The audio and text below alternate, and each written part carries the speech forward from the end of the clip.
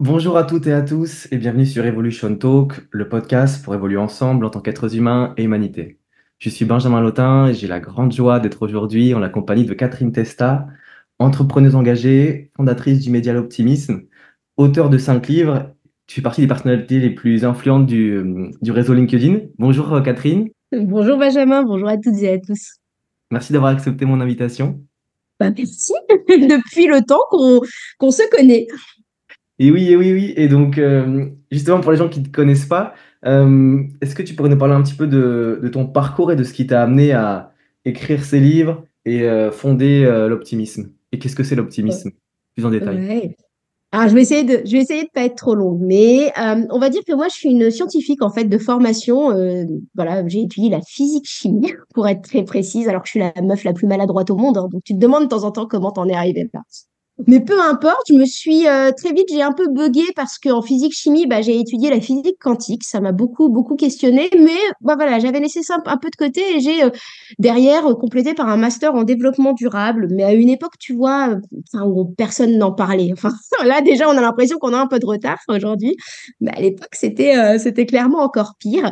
Et j'ai travaillé à peu près 8 ans, en fait, sur ce sujet-là, avant d'arriver, avant de me rendre compte que moi, j'avais perdu quelque chose, c'était un peu ma joie de vivre, en fait, tu sais. Et je pense qu'il y a sûrement plein d'auditeurs ou d'auditrices qui vont se le dire, tu vois, quand on est sur des sujets un peu engagés, on a l'impression que, bah voilà, que ça avance pas assez vite, on comprend pas pourquoi les autres ne comprennent pas la même chose que nous, ne se rendent pas compte, tu vois, des mêmes choses. Et je me rendais compte que vraiment je perdais quelque chose, ouais, qui était cette joie de vivre. Et aujourd'hui, on pourrait peut-être parler un peu d'éco-anxiété, mais j'avais pas mis les mots à l'époque. Hmm. Et comme j'ai vécu dans d'autres pays, aux US, en Espagne ou au Portugal, et ben, je me rendais compte que dans d'autres pays, on avait quand même quelque chose, tu vois, c'était l'optimisme en fait. Et je me disais en fait, l'optimisme, et ben, quoi qu'on fasse, c'est le prérequis à toute action. Tu vois, qu'on s'engage dans des projets engagés, qu'on monte un podcast comme le tien, qu'on change quelque chose dans sa vie perso, qu'on ose en fait dire qui on est, par exemple. En fait, on fait sans arrêt le pari de l'optimisme. En fait, c'est le prérequis à toute action. Et en France, on n'en parlait pas du tout d'optimisme. Tu vois, on avait un peu une arrogance française, genre il faut critiquer les choses. Il y avait pas, on n'osait pas en fait donner sa place, en fait, faire la part belle à ce mot. Et je me suis dit, bah non, moi j'ai envie de mettre en lumière le bout, en fait, à la fois pour retrouver de la joie et surtout parce que je me rendais compte qu'autour de moi, mais je côtoyais vachement de gens hyper intéressants, de gens sympas, de gens engagés, et très loin de l'actualité qu'on me proposait dans les médias classiques. Et quand tu es à l'étranger, que tu regardes l'actualité de ton pays, tu te dis, mais punaise, moi j'ai l'impression que moi, mes voisins, c'est pas des mecs qui sont horribles, en fait, c'est des gens plutôt sympas. Je côtoyais des gens plutôt sympas et je me disais ce qu'on voyait en fait dans l'actualité n'était bah voilà, que parcellaire et c'était pas du tout la réalité et que bah, à montrer le pire, on allait créer la pire des sociétés. Je voulais vraiment mettre en avant le bon. Donc, j'y connaissais rien dans le monde des médias ni rien, mais bon, j'ai lancé ça et donc j'ai créé un site donc, qui s'appelle optimisme.com puis, pour mettre en avant les initiatives dans la société. Puis, je me suis beaucoup intéressée au monde du travail, donc avec l'optimisme.pro, parce que je trouvais que bah, c'était aussi là-bas qu'il fallait réenchanter le quotidien au travail, parce qu'il y a plein de gens qui sont incroyables dans la vie perso et qui osent même pas montrer en fait qu'ils sont dans la vie pro. Donc j'ai vraiment créé ces deux sites-là. Et c'est comme ça qu'en fait j'ai gagné beaucoup, beaucoup en influence bah, notamment sur le réseau LinkedIn, comme tu l'évoquais. Forcément, du coup, derrière, j'ai une maison d'édition qui m'a appelé en me disant est-ce que vous voulez écrire des livres? J'ai écrit Oser l'optimisme, puis Oser être soi-même au travail, puis un bouquin un peu plus perché qui s'appelle Synchronicité, tu vois. Et Hmm. ensuite, je suis un peu revenue sur le sujet de la santé mentale, en fait. Et là, mon prochain bouquin, ça va être sur le TDAH. Bah, j'espère ne pas avoir fait trop long. Non, pas du tout, pas du tout. Et justement, quand tu lances ce projet, l'optimisme, un peu fou pour l'époque et complètement novateur, comment ça se passe pour toi, les débuts, les retours que tu as? Est-ce que c'est facile justement de quitter son domaine pour un projet, une nouvelle idée un peu folle? Oh là là, pas du tout, hein. Je pense que toute personne qui a fait un pas de côté, qui change d'une réalité pour une autre, c'est hyper difficile parce que bah, on est en proie à nos propres doutes. Moi, j'ai commencé à travailler sur l'optimisme, c'était en 2015. Depuis 2012, j'avais l'idée, tu vois. Et entre Hmm. 2012 et 2015, bah, je reportais en me disant, ah bah oui, mais tu vois, pourtant j'avais vraiment une conviction qu'il y avait un besoin, en fait, de parler des belles choses, tout simplement. Mais tu trouves toujours une sorte de prétexte en disant, ah, ben, je regarderai plus tard. Bon, bah voilà, il y a quand même ça qui va bien. Donc, et surtout, moi, on m'envoyait beaucoup cette notion de j'ai le meilleur en soi. Tu vois, j'avais un boss que j'adorais, des collègues que j'adorais, un job, enfin, je veux dire, le développement durable, tu as quand même de la chance de bosser sur ce sujet, en fait, au démarrage, parce que c'est un sujet qui est engagé, ça venait chercher mes valeurs. Je bossais entre New York, Paris, enfin, tu vois, à New York, j'étais les bureaux étaient sur la 5e avenue en face de l'Empire State Building et et je dormais dans l'Upper East Side. Donc, tu vois, un peu une sorte de cliché comment ça s'appelle, à la Gossip Girl presque. Et sauf qu'en fait, pour moi, tu vois, c'était une sorte de fiction. J'avais l'impression de vivre dans une sorte de fiction en me disant, et je le dis dans mon premier bouquin, je sais plus si c'est dans le premier ou dans le deuxième, où j'explique que tu sais, que je vais à des soirées à New York. Je me balade beaucoup, tu vois, en tennis. J'aime beaucoup la simplicité dans la vie. Et quand j'arrivais dans la soirée, tu sais, je mettais les hauts talons, en fait, parce que bah, tu marches pas dans New York avec des hauts talons. Enfin, moi, je sais pas faire, quoi. Mm. J'avais l'impression, tu vois, de rentrer dans mon personnage quand j'allais dans ces soirées. Je trouvais qu'il y avait vraiment une sorte de dichotomie entre Catherine, bah, moi, en fait, et ce que je vivais au quotidien. Et je savais qu'en fait, je le sentais, en fait. Et je pense qu'on est nombreux à se dire, en fait, c'est bien ce que je vis, c'est cool, j'ai de la chance, en fait. Mais, et c'est une phrase que j'ai beaucoup, beaucoup et que je répète très souvent, c'est le meilleur en soi, c'est pas forcément le meilleur pour soi, tu vois. Et c'est vachement difficile de quitter quelque chose quand on se dit, ah, on a de la chance et que tout le monde nous renvoie le fait, mais tu te rends compte, Catherine, t'as de la chance, etc., etc. Mm. Donc, non, c'est hyper difficile de passer d'un projet A à un projet B. Et en plus, et je donne souvent cet exemple d'un de mes meilleurs collègues, un de mes très bons collègues, très bons potes, qui me disait, quand je lui ai dit, je veux créer un truc sur l'optimisme, et il m'a dit, mais l'optimisme, c'est quoi? C'est pour les gens déprimés que tu veux créer ça? Et je me suis dit, punaise, c'est la violence de sa phrase, parce que pour moi, l'optimisme, je veux dire, que tu sois entrepreneur, que tu sois dirigeant, que tu sois citoyen, tu as besoin d'optimisme. On fait tous le pari de l'optimisme. Et tu vois, il y avait une forme de dédain un peu tu vois, du regard des autres qui ne comprenaient pas du tout ce dont je parlais. Et c'est hyper intéressant parce que tu vois, 5 ans plus tard, mon pote, il s'appelle Guillaume, il est venu me voir en me disant, meuf, je comprenais pas ce que tu me racontais à l'époque, mais là, maintenant, je vois pourquoi tu as créé tout ça, en fait. Et donc, c'est aussi ça, je pense, qui est important de dire à tous ceux qui se questionnent à un instant T, c'est qu'il y a beaucoup de gens qui vont pas vous comprendre, tu vois, qui ont leur propre projection et qui vous diront que c'est pas un sujet. Et puis derrière, en plus, quand tu te lances dans un nouveau projet, tu as tout le monde, alors t'envie, tu sais, tout le monde s'inquiète de est-ce que tu fais du pognon, tant machin, quoi. Donc, et toi, t'es empreint de doute parce que tu te dis, bah, tu sais ce que tu quittes, tu sais pas vers quoi tu vas. Et en plus, et c'est ça la véritable innovation, quand tu vas sur des sujets où personne n'est jamais allé, bah, tu sais pas ce que ça va donner, en fait. Et puis, moi, j'y connaissais rien au monde des médias. Je venais d'un truc où je savais faire de la chimie, quoi, et du développement durable. Et vraiment, c'est vraiment un message, je pense aussi pour tout à chacun, c'est que, voilà, quand on a une conviction qui nous tient à cœur, bah derrière, généralement, l'entourage, on lui projette ses propres peurs, en fait. Et puis, il y a tous ceux qui auraient envie de faire quelque chose aussi, qui vous voir faire, ça les met aussi dans leur propre inconfort parce qu'ils se rendent compte qu'eux n'osent pas. Et parmi mes potes, quand j'ai lancé l'Optimisme, j'en avais un qui était entrepreneur. Maintenant, je pense que 80% de mes potes qui ont osé lâcher leur boîte pour monter d'autres projets entrepreneuriaux. Donc, c'est aussi ça qu'il faut se dire, c'est que non, lancer un projet, c'est vachement difficile. Hein, faut pas mentir. Faut pas se dire c'est génial l'entrepreneuriat. La liberté, c'est chouette, mais ça demande de déconstruire beaucoup, beaucoup d'idées reçues des autres et ça nous fait douter. Hein. Quand quelqu'un, d'aussi bienveillant soit-il, vient te dire non, mais t'es sûr de ce que tu fais, tu te prends un grand coup de doute. Hein. Et donc, c'est pour ça. Et puis, un jour, pareil, c'est une phrase que j'avais mis dans le premier bouquin, mais la phrase qui m'a déclenché mon départ, et j'aime bien la raconter, ça aussi, c'est qu'un jour, j'ai vu passer une citation sur Facebook, une vieille, à l'époque de Facebook, donc, tu vois, en 2015-2016. Il y a une citation toute pourrie qui avait dû faire 5 fois le tour du monde à base de copier-coller, tu vois, de copier-coller, enregistrer, c'était dégueulasse, mais il y avait marqué si tu n'aimes pas l'endroit où tu es, bouge, tu n'es pas un arbre.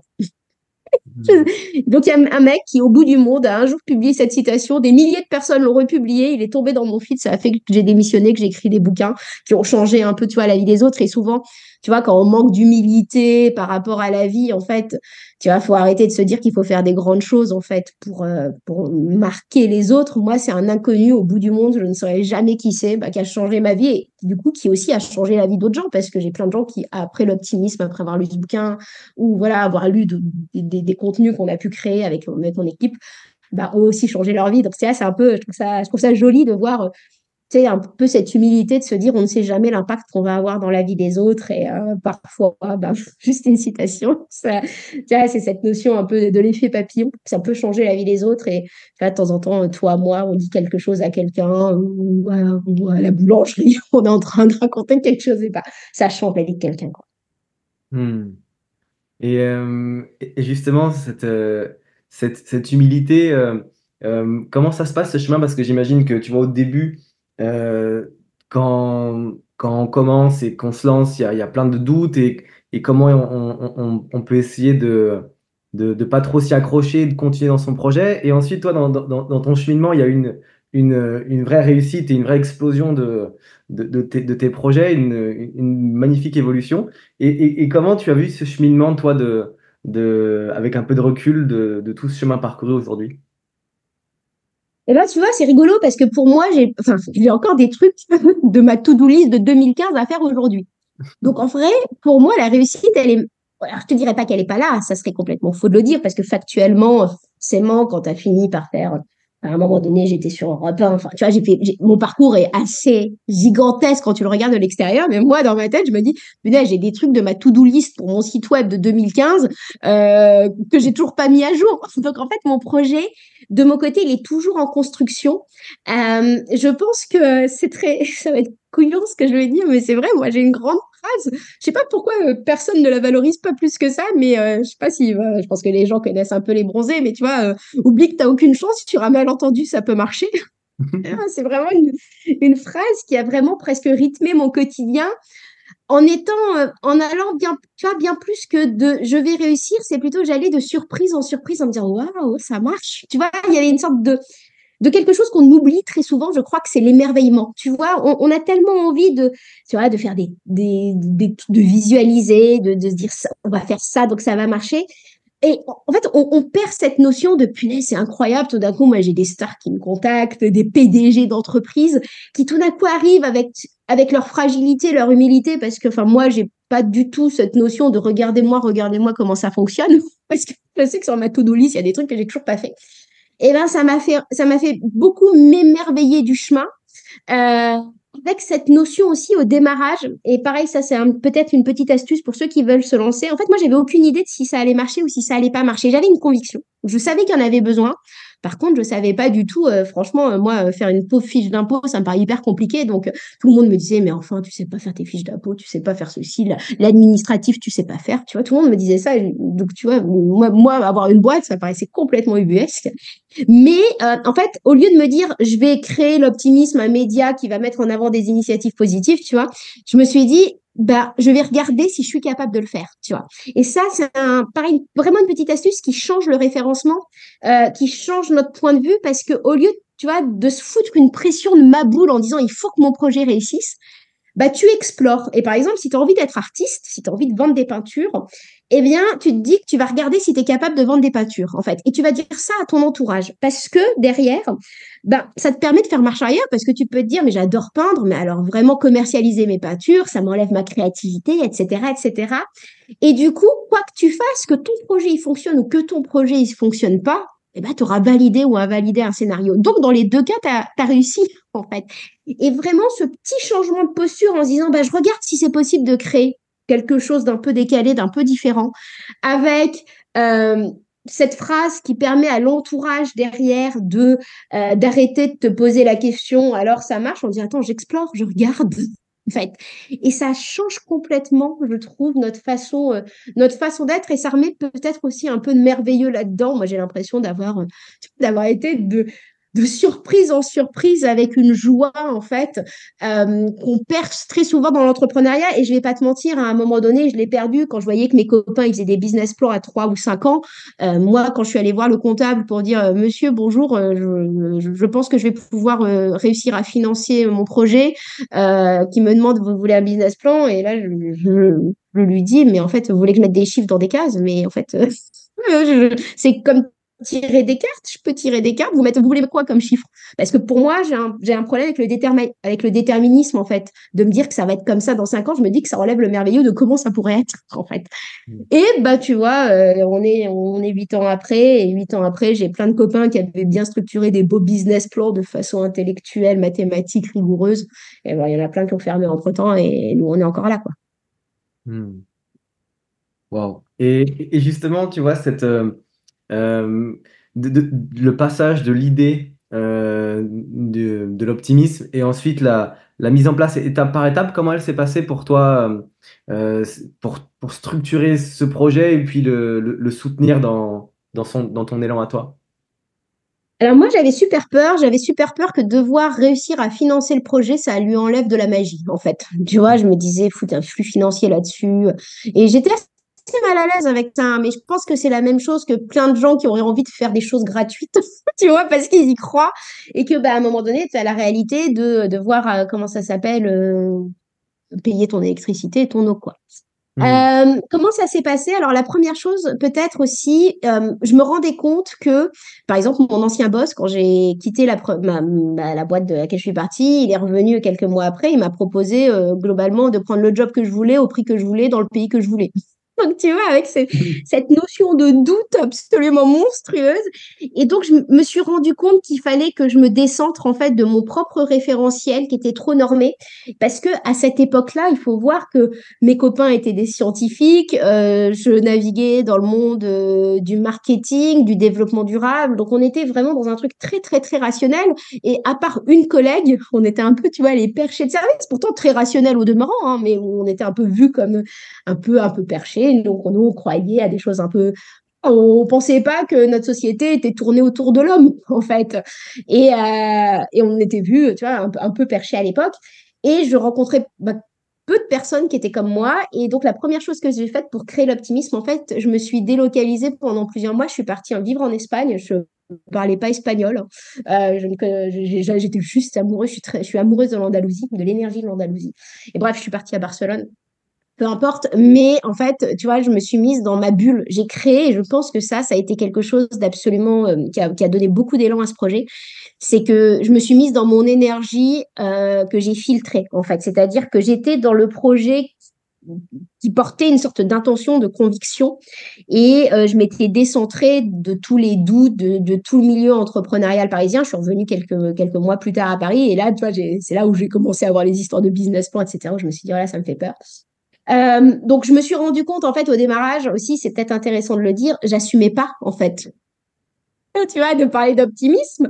Hmm. Je me suis créé un autre profil sur Facebook pour partager, tu sais, dans des réseaux en disant, regardez, j'ai une petite idée, j'ai mis 8 mois à créer le site web et derrière à oser le partager et après le dire à ma famille et à mes potes, hein, qui se demandaient ce que je faisais, hein, quand même. Pas bon, je leur disais, je veux créer un site positif, c'est à peu près la seule info qu'ils avaient et que j'apprenais l'espagnol parce que j'étais en Espagne. Et j'ai commencé à partager en fait ce site-là et finalement, il y a eu 4000 personnes qui ont les. Alors, moi, ça aujourd'hui, tu sais, quand tu as des millions, tu te dis 4000, c'est pas beaucoup.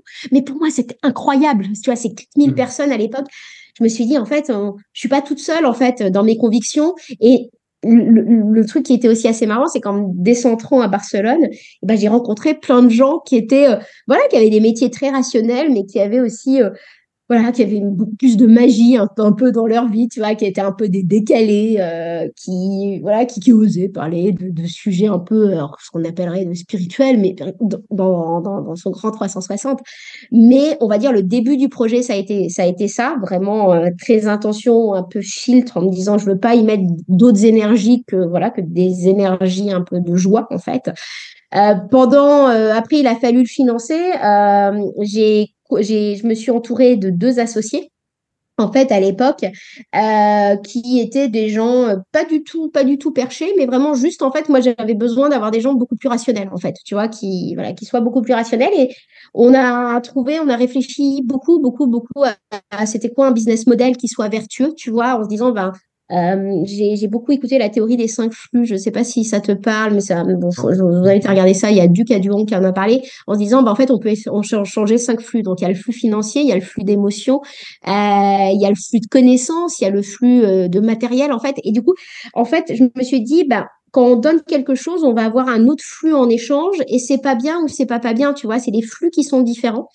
En Mhm. fait, et donc c'est là que j'ai réfléchi à comment est-ce qu'on a un flux financier parce que je me suis très vite rendu compte que malgré tout, ça coûtait super cher d'avoir des sites web qui fonctionnent en fait. Et donc, bah, c'est là où je suis arrivée sur le sujet, in fine, de la qualité de vie au travail. Et donc, j'ai créé un réseau et j'ai trouvé en fait que ben, finalement, cet outil de financement était super intéressant parce que on faisait des formations, des conférences, encore ce que je fais aujourd'hui dans le monde du travail sur l'optimisme. Les entreprises, elles ont de l'argent, en fait, donc ça vient nous financer. Moi, je donne mon message à tout le monde, en fait, finalement, gratuitement via les médias, ou dans la salle, hein, quand j'ai 1000, 2000, 540 personnes en salle, et ben, je vais parler d'optimisme. Donc, je me dis, bah, tu vois, c'est hyper intéressant de réfléchir à c'est quoi un business model qu'on trouve sain, qui nous permette de rester indépendants, tu vois, de pas être soumis à de la publicité agressive, et peut-être, et je vais clôturer là, je sais ma réponse, je suis désolée, c'est très très longue. Mais à un moment donné, bah, ça marchait tellement bien que on recrutait, on organisait des énormes événements. J'avais une équipe de 10 personnes. Et en fait, bah, j'ai réfléchi en fait et je me suis dit, mais c'est pas ça que je veux en fait. Moi, je veux écrire, je veux transmettre. Quand tu es auteur, ça prend vachement de temps d'écrire. Et donc, c'est marrant parce que j'ai rétro-pédalé dans le sens en me disant, oh là là là, oui, je peux créer quelque chose de gigantesque. On me demandait, est-ce qu'on peut créer de l'optimisme en région? Tu vois, on me demandait plein de choses. Et en fait, je me suis dit, en fait, non, moi, je veux revenir à mon intention de base, c'est juste de publier des choses, en fait, sur du contenu, etc., etc. Ça a été hyper difficile parce qu'entre-temps, j'avais recruté des CDI qui, eux, n'avaient qu'une envie, c'était de rester, en fait. Mais au bout de 6 ans, je me suis dit, enfin, voilà, j'ai dit aux équipes, j'ai encore des gens aujourd'hui avec moi, mais on était trop nombreux et je leur ai dit, en fait, moi, j'ai pas envie que ça croisse, que ça croîte plus que ça, en fait. J'ai envie vraiment de rester sur notre savoir-faire, qui est vraiment de voilà, d'aller diffuser en fait des choses sur les réseaux sociaux. Dans le monde de l'entreprise, on est des vrais spécialistes aujourd'hui, notamment de la qualité de vie au travail, en plus de l'optimisme et de tout ça. Et du coup, bah, à un moment donné, ça avait tellement trop marché que c'est très dur aussi de faire ça en fait, de se dire non, je veux pas cette hyper croissance. Je veux juste en fait être juste dans ce que je fais. Et oui, on pourrait faire des milliers de choses, mais c'est pas du tout mon envie ni mon besoin. Hmm. Waouh. Et, et justement, cette qualité de vie au travail et ce monde du travail, toi qui le côtoies depuis longtemps, qu'est-ce que tu y vois et comment tu vois l'évolution de ce milieu-là et quels sont ses besoins aujourd'hui? Il y a pas mal de problématiques autour de la santé mentale aujourd'hui. Comment est-ce que tu vois un petit peu tout ça? Ouais. Alors c'est vrai qu'en fait, tu vois, moi, j'avais grandi dans le monde du développement durable. Donc généralement, pas déjà dans cet univers du développement durable, quand c'était pas à la mode, t'étais quand même sur des gens un peu plus perchés que la norme, ou en tout cas un peu plus libres, en fait. Tu vois, pour se dire, bah attendez, le développement durable, c'est un vrai sujet. Et moi, je voyais pas du tout, en fait, le développement durable, peut-être que c'est aussi important de le préciser, je voyais pas ça comme quelque chose d'écolo, d'engagé, de militant. Pour moi, c'était juste du bon sens. En fait, il allait falloir qu'on réfléchisse à l'entreprise, en fait, avec ces gens, avec ces humains, avec ces âmes, dans son environnement, en fait, donc dans la nature, et dans un schéma économique, parce qu'on vit dans une société où, pour le moment, on est dans une société économique. Donc, pour moi, c'était vraiment juste du pur bon sens, hein, le développement durable. Et c'est vrai que quand j'ai commencé à parler d'optimisme, donc je te disais au démarrage, j'avais pas osé, j'en ai parlé un peu sur Facebook, et bah, au bout d'un moment, on avait fait une campagne de crowdfunding. Et pareil, on était à une époque où honnêtement, le crowdfunding, tu vois, personne n'en parlait, donc fallait déjà expliquer que c'était que le crowdfunding, enfin peu importe. Et donc c'est là où j'ai fait mon premier post sur LinkedIn en disant, bah, j'ai la conviction qu'il faut parler des choses aussi qui vont bien, c'est pas nier la réalité. Et puis moi j'étais passée par l'ADEME en plus, donc tu vois, je disais, bah, en connaissant, on pouvait pas m'arroger le fait que j'étais une bienheureuse naïve, ayant bossé dans le développement durable pendant des années. Donc, j'ai commencé à faire je sais pas, un braining out, tu vois, un coming out de mon cerveau, de mes convictions sur LinkedIn. Et là, tout d'un coup, punaise, plein de gens ont levé la main en disant, mais moi, je comprends ce que vous dites. Et ça, c'est très particulier parce que quand toi, tu te sens seul, quand tu as limite un peu honte de tes convictions parce que tu vis dans un monde rationnel, tout d'un coup que d'autres gens te disent mais moi je pense comme vous et en fait très rapidement on m'a demandé en fait c'est quoi le pendant de l'optimisme au travail et donc ça je savais pas trop moi c'était quoi le pendant de l'optimisme au travail et donc au lieu de dire c'est ça bah, j'ai demandé aux gens de lever la main sur LinkedIn en leur disant levez la main ceux qui mettent en place quelque chose pour l'optimisme au travail et donc c'est comme ça que tout d'un coup j'ai eu des RH des personnes qui s'occupaient de la QVT des dirigeants, des stagiaires qui levaient la main en disant bah moi j'ai mis ça dans mon entreprise, des managers, des machins. Et tout d'un coup, en fait, du coup, on a créé une forme de réseau. Et tu vois, aujourd'hui, l'optimisme.pro, je crois qu'on a plus de 300 000 personnes qui nous suivent sur LinkedIn, de gens qui s'engagent pour le bien-être des collaborateurs, pour la qualité de vie des collaborateurs. Et en fait, c'est vrai que d'un point de vue extérieur, surtout quand on vit dans des environnements toxiques, dans des entreprises toxiques, parce que pour le coup, il y en a, on a tendance à se dire que c'est du bullshit tout ça. Mais la réalité, c'est que non, en fait, c'est qu'il y a plein de gens, en fait, incroyables, qui essaient d'agir à leur petite échelle. Mais c'est pas parce que quelqu'un met en place quelque chose dans une usine à côté de Clermont-Ferrand, par exemple, que d'autres actions sont mises dans la même entreprise à Lille, en fait. Tu vois, c'est quelque chose de très, de et sur le terrain, il y a quelques entreprises évidemment voilà, qui mettent des choses en macro. Mais en fait, le monde de l'entreprise que moi, vraiment, honnêtement, je jugeais, j'étais très, je me disais, limite, les RH, tu sais, je jugeais un peu tout le monde hein, en me disant, enfin, c'est un peu du foutage de gueule presque. Hein. Et en l'occurrence, j'ai rencontré, vraiment, je suis revenue là-dessus, j'ai rencontré des gens mais incroyables dans tous les postes d'entreprise, mais des DSI complètement perchés. La dernière fois, je faisais une conférence dans une entreprise de bricolage. La conférence d'avant, c'était sur les 4 accords Toltec, tu vois. Et tu découvres en fait un envers du décor bien plus joli que ce qu'on voit. Sauf que bah, on est encore dans le problème des médias, c'est que bah, les entreprises ou les gens qui s'engagent, ils sont assez frileux à le dire sur les réseaux parce que moi, j'ai eu des no-go de certaines communications dans les grands groupes parce que je voulais parler d'un mec que je trouvais incroyable qui me disait ah non, tu peux pas parler de lui parce que le problème, tout le monde veut aller bosser avec lui en interne. Ou d'autres qui me disaient bah non, nous, on peut pas en parler parce que moi, ce que je mets en place à Lille, eh ben, c'est à la marche comparé à l'entreprise, en fait, d'un point de vue général. Donc, en fait, le sujet du bien-être au travail, de la qualité de vie au travail, eh ben, il n'est pas du tout bien abordé parce que ceux qui agissent, ben, souvent, ils vont pas aller en parler, soit parce qu'ils ne le font pas pour qu'on en parle, en fait, ils le font parce qu'ils y croient, ou tout simplement parce qu'on leur dit non et parce que ben, on a peur que ça devienne un peu ce qu'on appelle du happy washing, tu vois. Et du coup, c'est assez. Donc en vrai, pour moi, dans mon regard aujourd'hui, et je pense que je peux en témoigner, que ça se voit sur les réseaux, il y a des milliers, des centaines de milliers de personnes incroyables dans le monde du travail. Le sujet de la QVT avance, hein, tout simplement bah, parce que comme on a aussi commencé à en parler, et ben, c'est tout bête, hein, mais comme aujourd'hui, souvent, il y a, tu vois, les jeunes générations, elles veulent un peu plus, hein, et c'est pas que les jeunes générations, c'est juste parce qu'on voit que le concurrent fait quelque chose en matière de QVT qu'on va devoir le faire. Donc en fait, il y a c'est des sujets qui sont en train de monter très clairement dans la société. Le problème, c'est que tu as des gens qui n'y croient toujours pas, en fait, alors que les études, ça le prouve. Hein. Je veux dire, des salariés heureux sont plus productifs. Je veux dire, tu serais juste bête et méchant, mathématique, un DAF, donc le directeur des systèmes financiers dans les boîtes. Hein. Bah, tu te dirais que c'est intelligent de mettre en place de la qualité de vie au travail, tout simplement parce que les gens restent plus longtemps, sont plus engagés, enfin, du bon sens, hein, tout ça. Ceci étant dit, la majorité des personnes qui mettent en place des actions en matière de QVT sont plutôt quand même des gens engagés. Il y a forcément de l'hypocrisie aussi là-dedans. Par contre, ça va être un sujet de plus en plus central. Et comme tu évoquais le sujet de la santé mentale, le sujet de la santé mentale, très clairement, il est monté au confinement. Parce que tout d'un coup, on a osé parler de mal-être, on a osé parler d'anxiété, on a osé parler de tout ça. Donc, c'est en train de monter. Mais nous, je peux même pas te dire le nombre de demandes de conf que j'ai sur ces sujets-là. Tellement c'est important, mais c'est pas du tout encore dans toutes les entreprises et ça demande un courage et ça demande souvent aussi un alignement, ben, forcément de la direction. Et il y a encore beaucoup de boulot, mais pour moi, le sujet, c'est le même aujourd'hui sur la santé mentale il y a 15 ans sur le développement durable, quoi. Hmm. Et justement, toi, toi qui étais dans les pionniers du développement durable, et tu as vu cette évolution autour un petit peu de l'écologie, de l'information, etc. Et aussi cette notion de qualité de vie au travail et de l'éco-anxiété. Comment est-ce que toi, tu vois ce monde-là évoluer? Et pour aujourd'hui, pour plein de gens qui sont dans l'éco-anxiété, qu'est-ce que tu pourrais leur dire? Et toi, quel est ton regard personnel par rapport à ça, au monde dans lequel on vit et la direction vers laquelle on va? Je pense qu'en fait, il faut qu'on fasse vachement gaffe à la colère. Moi, en tout cas, tu vois, à un moment donné, j'avais même envoyé un email au patron de l'ADEME à l'époque, en lui disant, il faut demander aux influenceurs, il faut montrer un regard joyeux, en fait, sur toutes ces thématiques.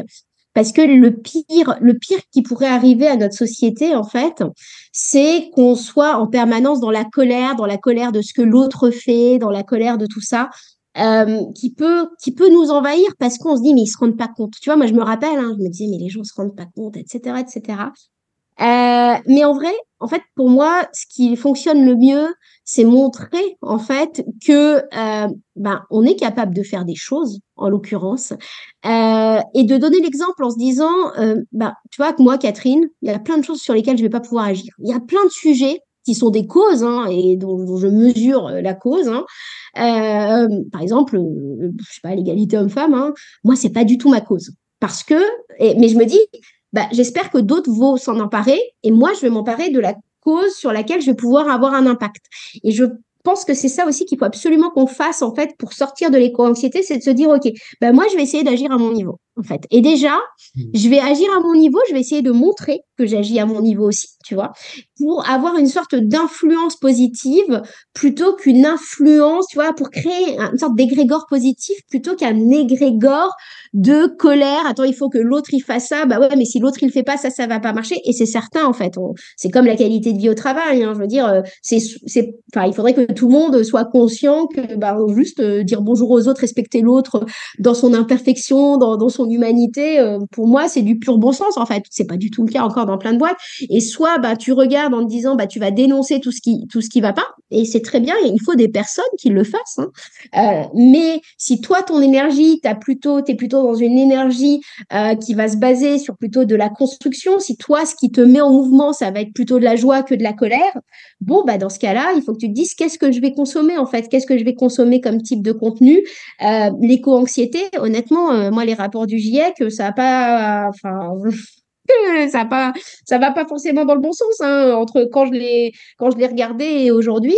Et je pourrais, tu vois, je pourrais m'affoler de ça ou me dire, bah attendez, bah non, moi je préfère essayer de me dire, je fais quelque chose. Donc déjà, tu vois, le sentiment de faire quelque chose, tout d'un coup, t'as plus prise en fait. Et faire quelque chose, c'est juste être sympa parfois avec la personne à la boulangerie, en fait. Hein. Juste être sympa avec son voisin, c'est déjà faire quelque chose en se disant, bah moi, je vais essayer de me créer un microcosme parce que c'est plutôt mon énergie, hein, plutôt joyeux, plutôt dans la simplicité, en disant bah, moi imparfaite, toi imparfait, bon, bah, très bien, on va s'entendre. Hein. Tu vois, tout ça, je le dis même en conférence, en disant mais on est tous imparfaits. À un moment donné, à quel moment on va avoir l'idée et l'arrogance de juger l'autre dans ce qu'il fait, en fait. Oui, on peut le penser, on peut se dire que c'est dommage, mais en même temps, l'autre, on ne connaît pas son parcours de vie, etc., etc. Donc, pour moi, je suis très centrée autour, tu vois, de l'action autour de la notion de simplicité, en se disant on est tous des petits humains imparfaits qui essayons juste de faire au mieux et d'être heureux dans notre vie. Enfin, ouais, t'as des gens qui ont vraiment tout hein, et qui sont hyper, hyper tristes parce que bah, ils sont pas en train de faire ce qu'ils ont envie de faire et puis ben voilà, posséder plein de trucs, ça rend pas forcément plus heureux. Et donc tu vois, c'est plutôt cette notion de, effectivement, quand on vit de l'éco-anxiété, quand on se dit mon Dieu, ça va pas dans le bon sens pour le monde, bah plutôt de se rapatrier aussi et de regarder autour de soi en se disant bon alors autour de moi qu'est-ce que je vois alors et c'est pas tu vois c'est pas égoïste et c'est pas faire du déni hein, je veux dire de regarder autour de soi en se disant bah alors attendez dans ma famille est-ce que j'ai des gens sympas dans mes amis est-ce que j'ai des gens sympas est-ce que je vois de la nature est-ce que je vois de la beauté quelque part tu vois d'être capable juste en fait de court-circuiter notre cerveau qui tu vois souvent les gens ils ont l'impression que l'optimisme c'est de la naïveté mais ça te demande un exercice intellectuel beaucoup plus violent en fait d'être optimiste en fait parce que l'optimisme, en fait, on est tous capables d'imaginer un tsunami, on est tous capables d'imaginer le pire parce que notre imaginaire, il est forgé au pire de l'intelligence artificielle, au pire de ceci, au pire de cela. Mais en fait, il va falloir qu'on projette du beau pour créer du beau, en fait. On n'est jamais capable que de créer ce qu'on est capable d'imaginer. S'il n'y a plus personne pour imaginer du beau, si on est tous dans l'éco-anxiété, eh ben, tout va s'effondrer, en fait. Donc, c'est pour ça, remettre de la joie au cœur des systèmes, c'est hyper important et c'est pas du déni, en fait. On a le droit, en fait, d'être joyeux parce qu'on a regardé une série qu'on aime bien, parce qu'on a mangé avec des amis, parce qu'on a des jolies choses dans notre vie, parce que, tu vois, là, je suis à la campagne, je vois comment ça s'appelle, des hortensias, tu vois. Et c'est pas mal d'oser, en fait, accueillir ça en se disant, oh, putain, aujourd'hui, j'ai la chance de voir ça. Je sais pas si je l'aurai demain, en fait. Et donc, tu vois, d'être vraiment dans cet instant de essayons d'agir à notre échelle et de voir aussi le merveilleux qui nous entoure. Hein. Et de toute façon, regarde, qu'est-ce que les gens trouvent beau les gens trouvent beau, comment ça s'appelle, un coucher de soleil sur la mer. Que des trucs gratos, quoi. Hmm. Et cette joie, justement, se guide un petit peu dans la vie, peut-être. Cette joie, est-ce que c'est possible pour toi de l'intégrer, de la conserver dans le monde du travail? Est-ce que cette démarche un peu d'authenticité, d'être soi-même, est-ce que c'est quelque chose qui est compatible avec le monde du travail globalement, de plus en plus, ou pas forcément? Alors là, je sais qu'il y aura des auditeurs qui vont dire, ah, mais moi, c'est impossible d'être mon boss. Tu Mhm. vois, ou avec mes collègues, etc., etc. J'ai envie de te dire, en fait, moi, je me suis rendu compte, en tout cas, qu'il y a beaucoup plus d'ouverture qu'on ne le croit, en fait. Et que souvent, en fait, mon deuxième bouquin, je l'avais écrit là-dessus, sur oser être soi, même au travail, dans la mesure où on a l'impression que les autres, ils sont comme ceci, ils sont comme cela. Alors, je te dis pas hein, que dans la société, il n'y a pas des gens infiniment toxiques, etc., etc. Mais globalement, tu as quand même pas mal de gens qui, quand tu es toi-même, tout d'un coup, le sont aussi. Mais il faut que ce soit vrai, en fait. C'est ça le problème. C'est que tu as plein de gens qui, c'est tellement pas dans leur nature, ils ont tellement grandi dans une éducation. Moi, je le dis très souvent, je n'ai jamais entendu mes parents critiquer quelqu'un. Ça paraît bizarre à dire, mais c'est en déconstruisant la dernière fois que je me suis rendu compte, en fait, moi, j'ai jamais entendu mes parents critiquer quelqu'un. Ça paraît débile. Je les ai jamais entendus critiquer le voisin, les frères, les sœurs, la famille. Et donc, forcément, quand tu ne te dis pas que les autres te critiquent, ça te donne beaucoup plus de liberté. Donc, si des parents nous écoutent, vraiment faites gaffe à ce que vous dites à vos enfants, parce que moi, je suis certaine que c'est parce que mes parents, c'est pas dans leur tempérament, mais mes parents, c'est des gens qui, tu vois, qui ont retapé pendant des années une maison, tu vois, c'était des faiseurs, en fait, qui étaient très dans l'instant présent, donc ils n'avaient pas le temps de regarder ce que les voisins faisaient, en fait, tout simplement. Et donc, vraiment, cette notion de liberté d'être soi, elle est hyper intéressante, et souvent, on se dit, non, mais attends, si je dis ça, on va me rironner. Punaise, enfin, moi, les accords Toltec, qui est quand même un truc un peu perché, j'imagine que tes auditeurs peut-être connaissent, c'est un bouquin, ou même l'optimisme, hein, ça pouvait paraître perché. Regarde ce que je te disais tout à l'heure, j'avais peur de ce que allaient penser mes potes à l'époque vrai maintenant, mais je me rends compte que tu as plein de gens qui, voilà, qui se disent, mais osons en fait se dire que on suit l'optimisme. D'ailleurs, pour l'anecdote, au démarrage de l'optimisme, j'avais des gens qui me disaient, j'ose pas liker vos posts de peur de ce que mes collègues vont en penser. Maintenant, il y a des gens qui se disent, punaise, j'ai contacté ce collègue parce que j'ai vu qu'il a liké votre post, tu vois. Donc en fait, c'est aussi ça, c'est plus on va s'autoriser à être un peu dans la simplicité, etc. Et le paradoxe là-dedans, c'est qu'en fait, pour être vulnérable, on a l'impression que la vulnérabilité, c'est une faiblesse, mais c'est juste les gens qui ont hyper confiance en eux qui sont vulnérables. Parce que tu sais que tu vas exposer ta vulnérabilité, que des gens peuvent t'en servir, mais en vrai, la vulnérabilité, c'est une arme, en fait. C'est pas une arme, mais une armure, en fait. Parce que, bah, une fois que tu exprimes ta vulnérabilité, bah, les gens, ils peuvent te critiquer sur tous tes défauts. Moi, c'est certain, hein. J'ai un trouble de l'attention, donc je sais que je pars dans tous les sens. Je le dis publiquement.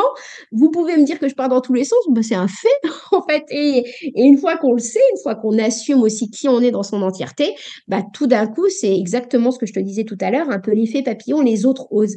Par contre, bah, ça te montre souvent le courage du pionnier, tu vois. Il faut qu'il y ait le premier qui, voilà, qui ose un peu de sincérité. Souvent, on va pas se mentir, c'est des gens soit qui sont hyper performants, donc tu vois leur performance, ils sont tellement performants qu'on va pas, tu vois, qu'on va pas les critiquer, ou alors ils ont tellement déjà fait leurs preuves qu'ils peuvent tout d'un coup ouvrir un peu à leur qui ils sont.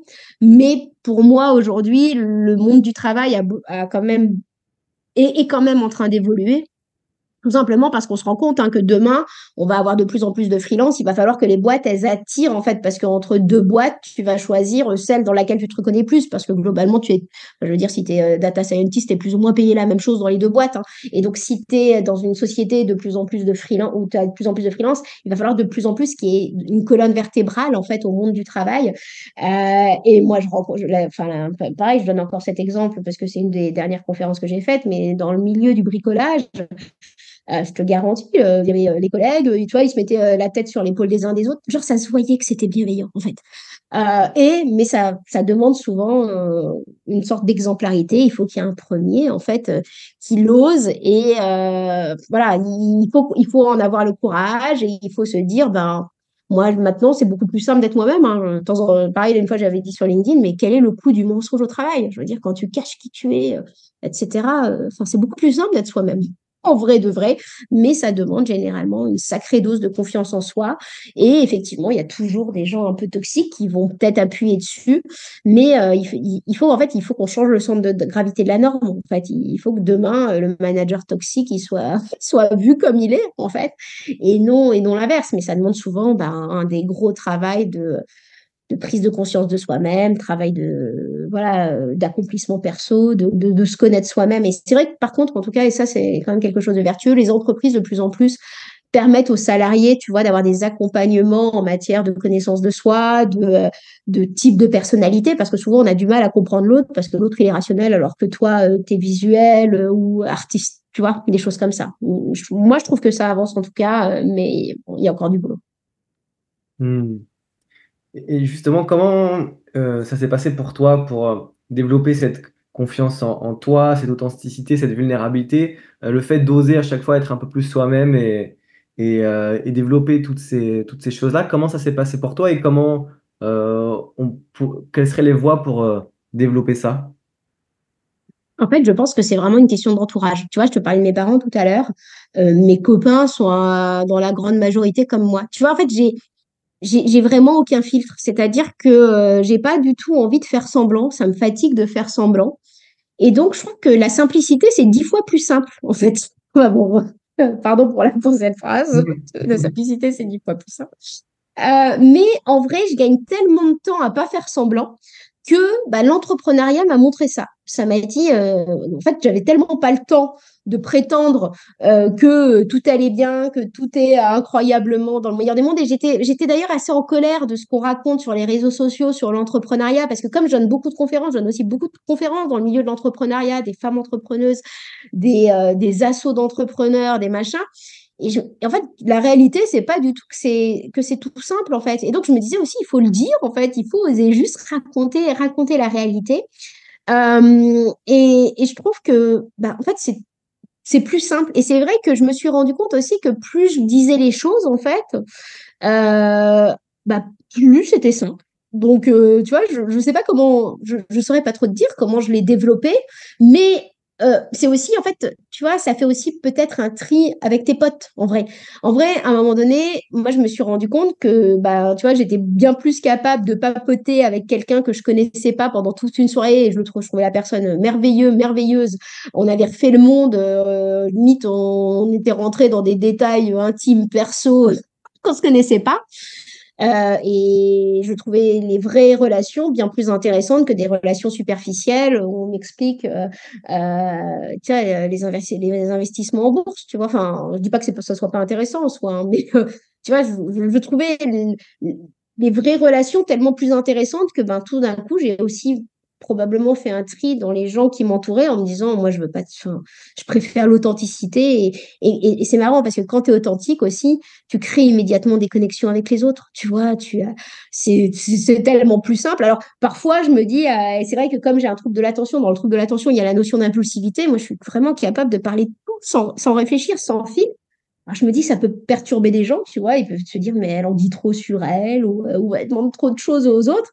Mais en réalité, c'est ma façon d'interagir et voilà, je la trouve assez intéressante et du coup les gens sont vrais avec moi et vraiment mais tu verrais les messages que je reçois genre tu vois de mecs qui ont des postes hyper haut placés dans des entreprises qui un jour j'avais fait un truc sur le syndrome de l'imposteur putain mais des gens où tu crois pas une seconde hein, qui disent moi je sais pas merci pour votre message moi je sais pas trop comment j'en suis arrivée là enfin, t'as beaucoup tu sais t'as beaucoup de fragilité qui s'ouvre voilà, mais je sais que pourquoi je peux me le permettre, c'est aussi parce que aujourd'hui, je ne dépends que de moi, tu vois, que j'ai ma boîte, que j'ai pas un boss, machin. Et c'est vrai que mon ancien boss, je me le permettais tout autant parce qu'il était lui aussi atypique. Donc en fait, j'ai jamais connu vraiment la vraie norme.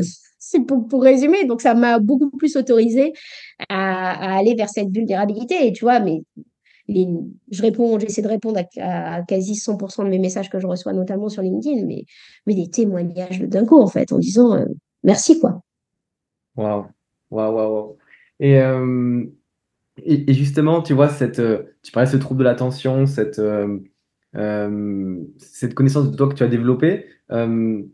Est-ce que tu peux nous parler un petit peu de plus en détail de justement qu'est-ce que c'est ce trouble de l'attention qui est aussi le sujet de ton dernier livre ou ton prochain livre selon quand vous écouterez ce podcast. Mais voilà, est-ce que tu peux nous en parler un petit peu plus de cette Ouais. côté atypique? Ouais, complètement.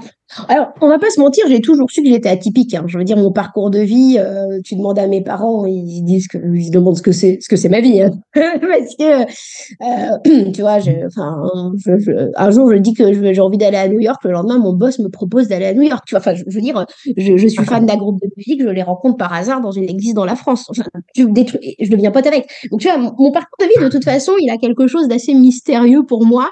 Et c'est vrai, et je reviens juste un petit peu là-dessus, c'est vrai que étant gamine, tu vois, j'étais fan, méga fan d'un groupe de musique, mais vraiment, mais tu vois un peu la fan ado, quoi. Qui était très très connu, il remplissait des stades, hein, et bah, je les ai rencontrés par hasard dans une église dans le sud de la France. On a dormi par hasard au même endroit, on est devenus potes. Et en fait, je pense que ce truc-là qui m'est arrivé, je sais plus quel âge j'avais, 20 ans, 19 ans, je sais pas, et ben en fait, ça m'a forgé en me disant, en fait, il y a la rationalité, il y a la vie, en fait. Et des trucs, le truc le plus merveilleux que j'aurais pu avoir dans ma vie m'est arrivé par hasard, en fait. Et donc, ça remet aussi beaucoup, beaucoup de merveilleux dans la vie. Et tout ça pour dire que c'est vrai que, voilà, j'ai toujours su que j'étais, voilà, que j'étais atypique. J'avais déjà des diagnostics gamine. Enfin, voilà, enfin, plus tard, j'ai eu des diagnostics du côté où j'avais un gros QI, des choses comme ça. Mais tout ça, ça n'a jamais, jamais, jamais, jamais été un sujet. Sauf que, à un moment donné, avec l'entrepreneuriat, tu vois, tout à l'heure, je te disais, j'ai réduit mes équipes. Bah, je m'en sortais plus. Vraiment, un jour, pourtant, je suis pas une meuf stressée, hein, de nature, les choses. Enfin, je suis pas une nana stressée. Et un jour, bah, mon visage s'est mis à gonfler, en fait, parce que j'avais trop serré les mâchoires. Vraiment un truc bizarre. Et en fait, je me suis rendu compte que j'étais plus, tu vois, que j'étais plus alignée. Et quand tu as une équipe à gérer, en fait, quand tu as plein de gens qui dépendent de toi, eh ben, il faut commencer à faire. Alors moi, je faisais pas de business plan, j'en ai jamais fait, mais tu vois, il faut commencer à faire, tu vois, à gérer plein de trucs administratifs, etc. Et moi, l'administratif, moi, je suis une créative, quoi. Donc c'était pas du tout mon truc. Et je me rendais compte que j'avais quand même de plus en plus de je me noyais dans un verre d'eau, j'étais vraiment inhibée face à des micro-actions en fait. Et un jour, j'ai des copains qui sont psy en fait autour de moi et plusieurs fois, j'ai des copains qui m'ont dit tu devrais aller regarder le TDAH. Donc le TDAH, je vais peut-être en parler en quelques mots. Qu'est-ce que c'est? C'est un trouble de l'attention avec ou sans hyperactivité. En France, on a l'impression que le TDAH, ben, c'est un peu le petit garçon, tu sais, qui lance sa chaise au milieu de la classe, tu vois, qui empêche les autres de travailler. C'est vraiment la caricature du TDAH. Et en fait, le TDAH, c'est pas du tout ça. En fait, ça peut être ça, effectivement, mais c'est pas du tout que ça. Le TDAH, c'est notamment de l'inattention et de l'impulsivité et ou non d'ailleurs de l'hyperactivité. Et donc, je te donne quelques façons dont ça se manifeste en fait chez moi. Et ben, par exemple, je suis capable tu vois, de m'intéresser à un sujet de façon obsessionnelle, de bosser de façon obsessionnelle de 7 heures à 23 heures sur un sujet dont j'avais jamais entendu parler la veille, parce que je suis une impulsive, parce que je n'ai aucune réalité du temps. Pour moi, le temps, il n'existe pas, donc je me rends pas compte, je pense même pas à aller manger, machin. Enfin, tu vois, je suis capable d'être complètement focalisée sur un sujet. Donc, c'est pour ça qu'on dit trouble de l'attention, mais non, c'est qu'on est capable d'être hyper focus sur les sujets qui nous plaisent. Et à l'inverse, envoyer un pauvre papier de remboursement de soins, ça me paraît hyper compliqué. Et donc, en fait, le trouble de l'attention, c'est des inhibitions face à certaines tâches qui paraissent hyper classiques tu vois, comment ça s'appelle, à l'ensemble de l'humanité. Et toi, ça te paraît être une montagne gigantesque. Et donc, tout l'entourage me dit, mais comment ça se fait? Enfin, je veux dire, tu as un bac plus 5, tu as monté une boîte, tu as fait des projets de ma boule et tu n'es pas capable d'envoyer un papier. En fait, tu vois, il y a une sorte d'incohérence, et l'inattention, pour moi, elle est partout, en fait. Elle est dans le fait de faire une phrase, de ne pas finir la phrase sur le même sujet. Elle est dans le fait d'aller prendre ma douche, de me faire le shampoing, d'oublier tu vois, comment ça s'appelle, d'enlever le shampoing des cheveux parce que je suis en train de penser à quelque chose d'autre. L'impulsivité, ça va être je vais couper la parole aux autres parce que ils parlent pas assez vite, je vais essayer de finir les phrases, tu vois. Et en fait, et tout ça, c'est des micro-détails en fait que tu compenses en fait parce que ben oui, je suis capable de me focaliser sur des sujets qui sont pas du tout les bons, mais comme je taffe vite, et ben tu vois, je l'ai compensé. Et donc pour moi, en fait, le trouble de l'attention a été pendant très très longtemps compensé. par une forme d'intelligence, par des trucs un peu organisationnels, etc. Puis un jour, ça a explosé. Donc, c'est là où je suis allée consulter, où on m'a diagnostiqué un trouble de l'attention. Et là où, du coup, bah, j'ai fait un parcours pour mettre en place, tu vois, comment ça s'appelle, des stratégies pour éviter, en fait, de me perdre, pour éviter d'être dans une sorte de chaos. Parce que, bah, comme je m'intéresse à plein de sujets, j'ai toujours, je sais pas, peut-être 300 onglets en permanence ouverts. Tu vois, avant de commencer le podcast pour les auditeurs, j'ai dit à Benjamin, attends, je vais enlever tu sais, toutes mes, je vais fermer toutes mes pages avant pour la bande passante, etc. Donc, en fait, le trouble de l'attention, c'est voilà, c'est le fait aussi que sans arrêt on te dise, mais attends, tu sautes du coq à l'âne, mais tu devrais, t'es instable parce que tu t'intéresses à plein de sujets différents. Et honnêtement, je pense que dans les milieux, tu vois, de tout ce qui est écologie au sens propre, mais écologie de soi aussi, tu vois, on passe du sujet de l'éducation au sujet de l'environnement, tu vois, tout ça c'est relié, tout ça c'est systémique. Et moi, pendant très longtemps, je disais, moi j'ai l'impression que, tu vois, ma tête, en fait, c'est une boule, dedans il y a plein de points lumineux avec tout un tas de sujets, il s'éclaire un peu en même temps. Et de temps en temps, bah, quand tu parles, bah, tu as un peu, je pense que les auditeurs peuvent le voir, un peu de logorée verbale parce que j'ai plein de choses à dire parfois. Et comme on a un manque, en fait, notamment de fonctions exécutives dans le trouble de l'attention, alors tous les troubles de l'attention ne sont pas les mêmes, hein, donc je veux pas, voilà, on va pas. Ou du déficit de l'attention d'ailleurs, c'est pas les mêmes. Donc voilà, mais pour moi, par exemple, ça se manifeste, genre, j'ai 50 choses à dire en même temps, mais ça passe par ma bouche, donc je suis obligée d'essayer de temporiser, tu vois, de faire les choses en cadence, et les fonctions exécutives, c'est, tu vois, l'organisation, la planification, tout ça, je sais pas faire. Je suis vraiment dans le mouvement, dans la nature, dans l'instant présent. Et en tout cas, moi, avoir le diagnostic, ça m'a beaucoup aidé. Ça m'a aidé à me dire, non, c'est pas que je suis instable. Bah oui, c'est bizarre que je sois, que je sais pas, je fais un café dans la journée, je m'en fais une tasse, j'oublie, j'en refais une autre. Tu vois, des petites. Tout ça, c'est du petit détail en fait, hein. C'est juste la somme des détails qui tout d'un coup t'envahit. Et souvent, et j'étais arrivée à un point avec la boîte, j'avais tellement de choses, de sollicitations, de machin, que j'étais un peu, tu sais, comme une sorte de chef d'orchestre en fait. C'est-à-dire que tu sais à peu près faire toutes les choses, mais la même chose que quand tu vois, t'as pas rangé ton appart et j'avais trop de choses en fait dans mon appart, que ça se voyait pas, hein, mon appart paraissait rangé, mais rien n'était vraiment classé. Et en fait, tu sais tout faire, hein, tu sais classer tes papiers, tu sais envoyer une feuille de soin, mais en fait, tu sais plus faire la cadence, en fait. Tu vois, c'est comme si tous les instruments voulaient parler en même temps et du coup, tu fais rien. Donc, c'est un peu ça le trouble de l'attention, enfin, mon trouble de l'attention. Et donc, à travers mon dernier bouquin, en fait, j'ai vraiment voulu témoigner en disant, bah, si vous vivez ça, ça peut être ça. C'est pas forcément, on n'est pas forcément obligé d'avoir un diagnostic ou pas, hein. C'est un diagnostic médical, on peut avoir des médicaments d'ailleurs voilà, et tout d'un coup, on se séquence un peu mieux. Mais voilà, donc j'ai vraiment à cœur d'en parler pour sortir un peu du cliché, pour aider des gens qui peuvent se dire, punaise, tu sais, tu culpabilises parce que tu étais frustré, parce que tu sais que tu as encore fait un projet qui n'était pas le projet prioritaire alors que tu as un truc à rendre le lendemain, tu vois, enfin, des petites choses comme ça, quoi. Ouais, je vois. Et cette Est-ce que notion ça de... te parle? Mais oui, c'est pour ça, ça me fait rire. Et peut-être important de le dire, en fait, aujourd'hui, il y a selon les études, entre 2,5 et 4 ou 5% de la population concernée, à l'âge adulte, hein. À l'âge adulte, seulement 1% des personnes sont diagnostiquées. En fait, parce que en fait, comme ça n'a pas été diagnostiqué dans l'enfance, parce que on a beaucoup diagnostiqué l'hyperactivité et beaucoup moins en fait de l'hyperactivité comme moi je peux avoir, de l'hyperactivité cérébrale, de la micro, tu vois, je suis toujours en train de bouger, enfin, mais c'est du micro-mouvement en fait, c'est pas de l'hyperactivité comme on l'entend. Et ben notamment l'inattention, c'est beaucoup moins diagnostiqué. Alors on va te dire, elle est dans la lune, machin. Et en fait, on a un énorme retard en fait aujourd'hui de diagnostic en France et une vraie méconnaissance en fait du TDAH comparé à d'autres pays avec tout un tas de clichés, tout un tas de clichés. Mais c'est quand même entre 2,5 et 4 et 5% plus ou moins de la population adulte. Donc c'est énorme en fait. Excellent, excellent. Et justement, cette notion d'aider aussi, c'est un autre sujet d'un de tes livres. Euh, Comment est-ce qu'on peut aussi justement a- aider son entourage, aider le monde, entre guillemets, et s'aider soi-même aussi? Pour toi, c'est quoi les clés?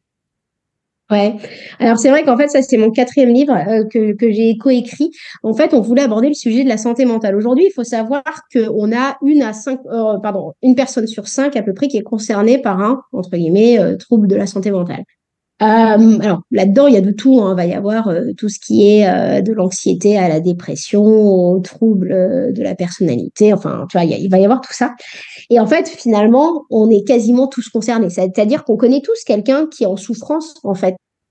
Et souvent, on ne sait pas comment agir, en fait. Et là, ça, pareil, là, je vais reparler à tous les auditeurs qui nous, voilà, qui nous écoutent. Euh, Tu vois, par exemple, tu as quelqu'un qui est déprimé à côté de toi, ou même pour le management, hein, un manager, tu vois que tu as quelqu'un dans ton équipe qui est déprimé, bah, tu sais pas trop quoi faire, en fait. Parce que tu te dis, ben, est-ce que je vais lui dire d'aller voir un psy, en fait, en se disant, ouais, comment. Bah ouais, mais les psys, quel psy, qui va aller voir? Et puis, c'est quand même, en France, on a, tu vois, moi, aux US, il faut savoir que aller voir un psy quand tu es à LA, à Los Angeles, globalement, c'est signe d'élite, en fait. Genre, t'as ton psy, ça veut dire que tu as réussi, en fait. Tu vois, c'est presque branché d'avoir un psy. En France, aller voir un psy, on a l'impression que c'est un truc incroyablement, enfin voilà, que ça que tu es malade complètement parce que tu vas voir un psy, alors que tu as plein de gens qui sont suivis par des psys, des dirigeants sont suivis par des psys, les sportifs, les machins, justement pour prendre soin de sa santé mentale. Mais souvent, quand on a quelqu'un qui est en souffrance à côté de nous, on ne sait pas comment réagir, en fait. On sait pas quoi faire, on ne sait pas à quel moment réagir, parce qu'il y a une différence entre avoir une petite dépression passagère, tu vois, et comment ça, une déprime passagère ou une vraie dépression, en fait. Et donc, en fait, dans ce bouquin-là, on voulait vraiment, il est beaucoup plus rationnel, on va dire, que mes autres livres. On voulait vraiment donner des clés sur comment est-ce que tu peux faire, en fait. Et donc, par exemple, on va donner la métaphore du point par exemple, du bouton sur le nez. Par exemple, si toi, tu as un bouton sur le nez, bon, bah, comme beaucoup de personnes, ce qui nous arrive de temps en temps, on a un bouton sur le nez, ça ne nous handicape pas dans la vie, en fait. Sauf que si ce bouton sur le nez, bah, tout d'un coup, on commence à ne plus oser sortir, ne plus oser aller voir les autres, si on ne va plus à son date, tu vois, qu'on a vachement, que la personne, elle a honte de son bouton, qu'on voit qu'il y a des changements, en fait, dans la vie de cette personne, bah, là, on peut se dire que bah, il est peut-être intéressant, tu vois, d'oser ouvrir le sujet, en fait, d'oser en parler.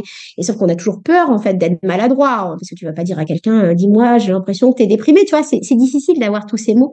Donc, en fait, dans ce bouquin, on essaie d'aider les personnes qui sont ben, l'entourage. Comment est-ce que tu peux accompagner quelqu'un? Parce que ben, de toute façon, le choix de consulter quelqu'un, ça dépend toujours de la personne. Et en vrai de vrai, hein, si je dois résumer tout ça, la meilleure aide qu'on puisse avoir aux autres, c'est tout simplement d'écouter les personnes, sans essayer de leur dire quelque chose d'ailleurs, tu vois. Moi, j'ai un copain qui a fait une dépression, une grosse dépression avec plein de symptômes physiques. Il avait perdu la voix alors qu'il était acteur, tu vois. Et il me disait, ce qui me faisait le plus de bien, c'était ni les gens qui me disaient t'en fais pas, ça va aller mieux, ni les gens qui me disaient mon Dieu, mon pauvre, c'était les gens qui juste lui demandaient s'il voulait du thé et ils en parlaient, tu vois. Ils en parlaient Mm. pas forcément, donc ils étaient juste présents en fait. Donc voilà à peu près pourquoi ce livre et qu'est-ce qu'on peut faire pour s'aider, hein, pour aller mieux. Là, je rejoindrai plutôt mon premier bouquin qui est vraiment sur l'optimisme en se disant, bah, déjà, regarder ce qu'on consomme, parce que souvent, on regarde ce qu'on consomme en termes d'alimentation, on regarde pas ce qu'on consomme en termes d'actualité. Regarder les gens, en fait, tout à l'heure, je te disais que j'avais rencontré des gens avec qui j'échangeais de façon, alors que je ne les connaissais pas 2 heures avant, de façon pleine, alors qu'il y avait d'autres personnes où j'avais l'impression de, tu vois, de toujours marcher sur des œufs avec d'autres copains. Et ben, tu vois, se rerouter vers les personnes sincères, en fait, en se disant, on culpabilise souvent en se disant, bah ouais, mais tu sais, conflit de fidélité, etc., etc. Bah oui, mais la réalité, c'est que d'autres personnes lui correspondraient mieux, en fait, à cette personne qui adore se plaindre. Si toi, t'aimes pas te plaindre, en fait, c'est aussi accepter une forme d'impermanence, tu vois, une forme d'impermanence de la vie, prendre soin de soi aussi. Souvent, on a l'impression, et ça, c'est des grands courants qui sortent en France. Moi, je suis très éloignée de tous les courants de toute façon, mais tu vois, genre le dev perso, c'est égoïste. Bah non, en fait, quand tu te sens bien avec toi-même, généralement, t'es bien plus en harmonie avec la nature. T'as besoin de bien moins frimer, donc bien moins acheter de machin. Tu fais beaucoup, enfin, je veux dire, ton image n'est plus, comment ça s'appelle, ta préoccupation. En fait, tu vois, c'est aussi ça. Et puis, plus tu rencontres de gens, c'est pour ça, moi, je crois beaucoup à la simplicité, plus tu rencontres de gens simples, bah, plus tu le deviens, en fait. Et plus c'est cool, parce que plus tu rencontres d'autres personnes comme ça, quoi. Mm. La vie. C'est La ça, vie. c'est ça, c'est le vivant, la permanence, tu vois. Et se dire aussi, tu vois, je pense qu'on a beaucoup tous tendance à. Et ça, c'est l'avantage de l'entrepreneuriat. Tu n'as plus le temps quand tu es entrepreneur de faire tout ça. Tu sais, tu boucles sur oh mon Dieu, il n'a pas été sympa, il n'a pas été gentil avec moi. Quand tu as un TDAH, je te parlais tout à l'heure de l'impulsion, tu es capable de donner des nouvelles tous les jours à quelqu'un et puis après, plus pendant 3 mois, tu vois. Et en fait, c'est pas et en fait, pour la personne ou pour toi-même, ça peut être un sujet, mais en vrai, c'est pas du tout le cas, quoi. Hmm. Hmm. Donc, c'est aussi ça, d'accepter l'impermanence, en fait, et d'arrêter de supposer. Ça tombe mal, j'ai une question sur la supposition ensuite. Vas-y, va très bien. Non, mais Dis-moi ta supposition. là, c'est par rapport justement toute ton expérience, les voyages que tu as fait, les différentes personnalités influentes que tu as pu rencontrer, etc. Euh, pour toi, quelles seraient les clés finalement, avec tout ton regard, la richesse des déplacements que tu as fait, des rencontres que tu as fait, etc.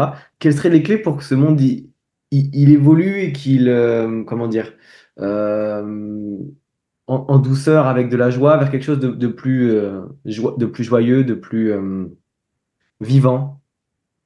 En fait, à mon avis, c'est cette notion de déconstruire le regard des autres, en fait.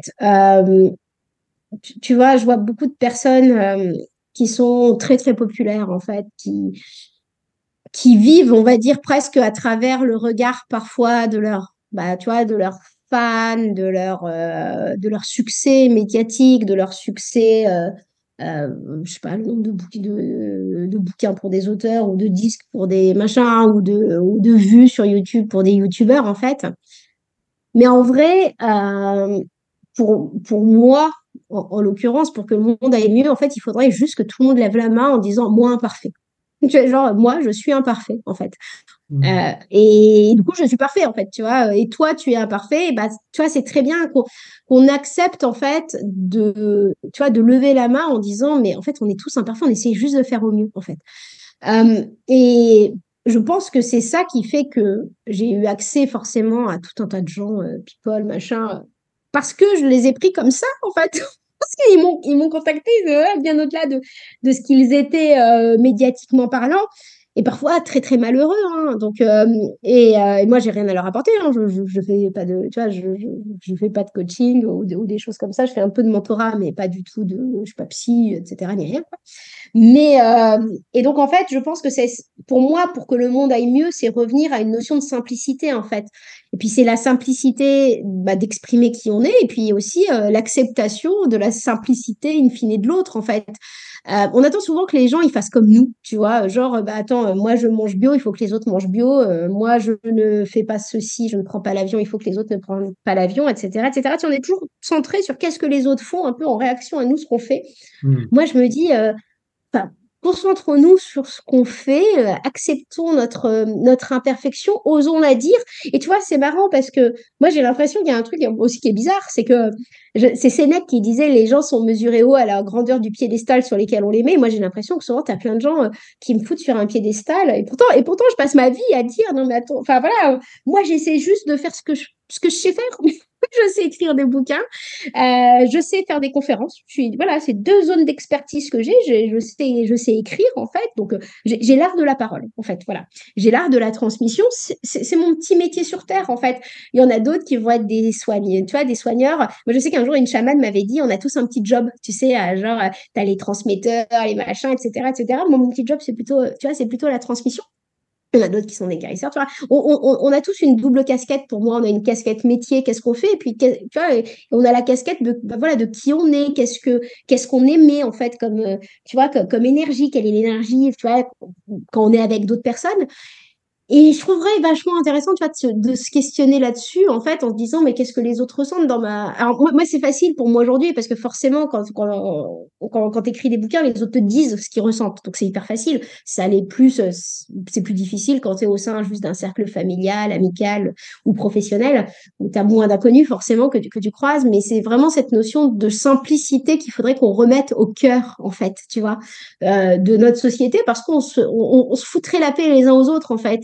Et toutes ces personnes, tu sais, qui vivent dans une forme de mal-être, et j'imagine qu'il y a des auditeurs en se disant, bah, moi, j'ai une de mes meilleures potes qui me disait, moi, avant de vous rencontrer, donc vous, un peu l'optimiste d'un point de vue général, qui me disait, j'avais l'impression d'être le maillon faible de ma famille, tu vois, j'avais l'impression d'être le mouton noir de ma famille, tout simplement parce que j'avais pas rencontré d'autres personnes qui pensaient comme moi, en fait, tu vois, tu vois, qui avait une approche de la société. Elle s'occupait de la QVT dans une grande boîte, cette pote, qui avait une approche de la société et de l'humanité aussi de façon assez différente. Donc pour moi, tu vois, à chaque fois que je vois quelqu'un, ce qui compte bien plus, et c'est bizarre à dire, hein, mais je peux le dire sur ton podcast, je vois l'énergie des gens, en fait. J'ai toujours vu l'énergie des gens. Enfin, pour moi, quelqu'un, en fait, avant d'être quelqu'un physiquement, c'est une forme d'énergie. Je ne sais pas comment le dire, j'ai toujours eu ça depuis que je suis gamine.